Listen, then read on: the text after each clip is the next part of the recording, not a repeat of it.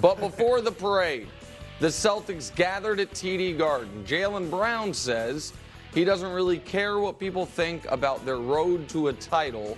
Take a listen. How could they say that it was an easy road when 9 out of 13 people picked the Dallas Mavericks to beat you guys? I don't understand that. Make it make sense, Cal. It doesn't make any sense to me. Make it make sense. You know, I ain't really got a comment. We here. Well, I'll help you out, Jalen. It actually makes perfect sense. They were saying your road to the finals was easy, which is why they then picked against you in the finals. I hope that clears it up. However, defending champs since the Steph KD Warriors, not only have none of them repeated, none of them made a finals, none of them have even made a conference finals. So, Brew, do you believe a repeat is on the board for Boston? It's definitely on the board. I mean, like possible, and I don't mean in a that sense, but it is absolutely on the board. If people want to have them as the favorites, fine. They should be one of the favorites. There's no doubt. Because, one, when you look at their age, all right, and Tatum is 26, Brown is 27. I mean, they are really maybe just beginning their prime. So you have to look at that. Secondly, the way that, yes, they had the easiest road we can remember to the finals. But still, they dismantled the Mavericks, who had gone through the Western Conference and had a tough road to the finals and beat them in 5. And if I can add, even though the Mavs were a 5 seed, the Mavs post-trade deadline had the record and the numbers of an elite team. So I don't think it'd be fair for anyone to say their finals matchup was an easy one. They just made it look easy with how well they played. No, so there's that, and then they should be better. Now, look, in fairness, I expected this type of leap from Anthony Davis from when he won that championship in the bubble. I said, here comes the monkey's off his back. He is going to be killing the league, and he never really took that step. But I do think Brown and Tatum, just as a team, they should be more confident because you've gotten it done. And there is a monkey off your back to some degree, but at the same time, a nice chip still on the shoulder. Because there are enough doubters and naysayers out there where I don't think they come into next season complacent, feeling like we've answered all the questions. Tatum still has doubters. As a team, they still have doubters. I mean, talking about how easy the road was. And they're a tough matchup, not for everybody in the West. Like OKC getting Caruso yesterday. I thought that was a great move for them. Giddey didn't give them much in the playoffs. So they'll be better. Obviously, Denver, Minnesota, Dallas. I think all those teams will be better. But there's still a tough matchup for Dallas. They're a tough matchup, I think, for Minnesota because Gobert and Towns have to get out on the floor and guard.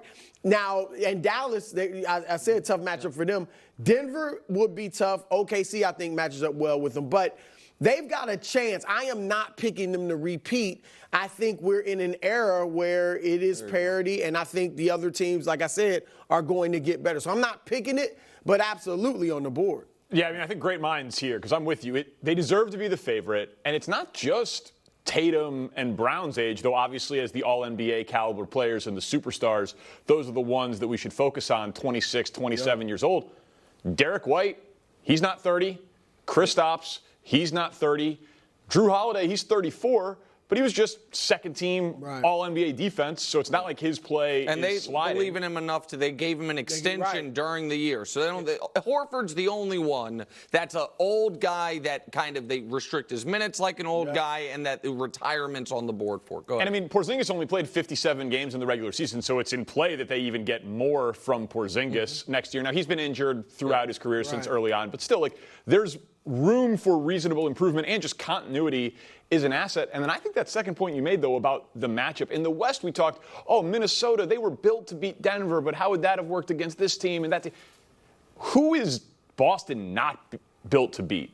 Their defense is so good. When you watch them, if you've got 5 guys who play defense and who can switch, and you've got a rim protector, and you can stop guys from penetrating to the paint, which is Drew Holiday's specialty, which is Jaylen Brown's specialty when he's locked in, there's no one that looks at Boston and is like, that's a mismatch. We're going to hunt you. So whoever came out of the West would have a tough matchup with Boston.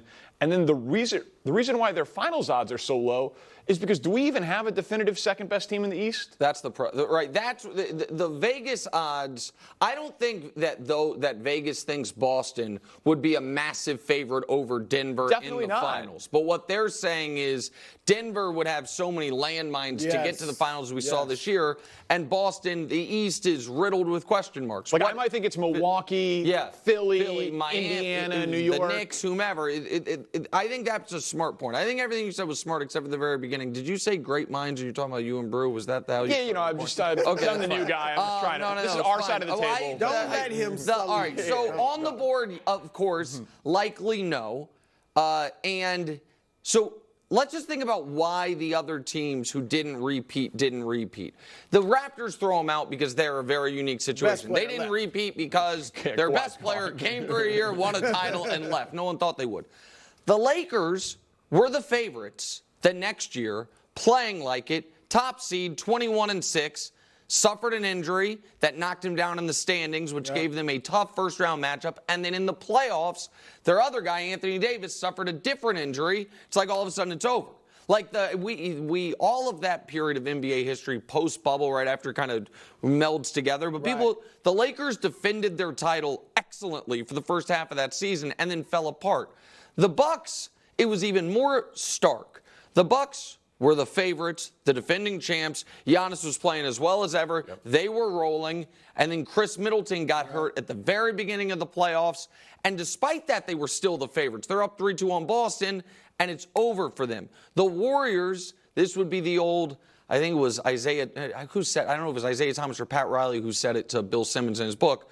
But the Warriors, I would say, it was the disease of more. There was bitterness, anger about contracts, jealousy, whatever. It manifested in the punch to Jordan Poole. That, I don't think anyone on the Celtics is going to hit somebody, but that is a weird thing that happens when you win a title sometimes is egos that didn't exist start to exist. And then Denver's the most jarring because no one really saw it coming. I know you picked the Timberwolves to beat them, but over the course of the year, they didn't look vulnerable. In that series, they're up 20 at home in a Game 7, and their title defense ends in a half hour, just out of nowhere. And so that's why I think your point on the era we're in, from 1987 to 2002, that's 16 seasons. Every single champion at least repeated, except for one. Duncan's 99 Spurs, who then didn't repeat, but then won 3 more in the next 8 years after that. Every other champion repeated. Since then, the repeat champions are legendary teams, or this is where Kobe deserves a lot of credit. The Lakers with Kobe, Powell, and Bynum, that group, that wasn't a legendary team. But they all had a legendary player. A legendary player, and by the way, maybe the greatest coach of all time's fingerprints are on a lot of those repeats. So I just don't. We were used to, Brew, repeats being commonplace in the NBA, almost standard. It really hasn't been that hasn't been the case in the last, obviously, 6 years. And I also think this. Look, they should be the favorite in the East. For sure, but it's not going to be easy. I mean, barring injury, and obviously we don't want – the injuries felt like it was more than ever this season. So hopefully the league can get on top of that and players aren't going down. But Milwaukee, and I've had Dame on my butt list yesterday. How do you think he's feeling right now? I mean, I don't think it's on him, but he should take this personal. Giannis should take this person. It's been a long time now, it feels like, since Giannis, we thought he was going to take over the league. But also, Giannis greenlit them moving on from Drew Holiday. Yes, and then Drew Holiday might have been the final piece here. What's Philadelphia going to do? Well, there's talk that they've waned on their interest in Paul George, but they should be better. They'll make some moves. Right now, they have 3 players on their roster, so they're going to do a lot of things. They're a lot different. The other thing is, like, you picked Dallas. You picked Dallas? Yes. Right? I remember talking to you guys about, like, if we were going to draft players in the finals, we were like, all right, Luka would go 1, but then how many in the next 7 would be on Boston? It'd be Kyrie and 5 Celtics. Right. So I'm not saying Boston's a super team or a dynasty or anything like that, but there is something to The 5th starter on their team got all-star votes this year. Yes. I mean, Derek White got all-star votes. He made second-team All-NBA defense. This is a very good team. Right. So I definitely think it's not just on the board. They've got a really good shot at repeating. It feels a lot like Denver, except they don't have the superhuman in Jokic, but they do, I think they're not going to be losing critical members. Well, Denver only lost the one. You know what I mean? It was just Bruce Jeff Brown. Green. Oh, Jeff Green, Uncle Jeff. I mean, not that they were. Yeah, but they did lose piece of the rotation. All right, so sticking with the NBA for a moment, we will go to the other coast. The Lakers finally hired a coach and also potentially upgraded their in-house media department. How about that? By signing J.J. Redick to a 4-year deal. According to Syracuse grad and great reporter Dave McMiniman, LeBron had no say in the hire. Brew, is J.J. Redick qualified for this job? Well, look, there have been more than a dozen players that became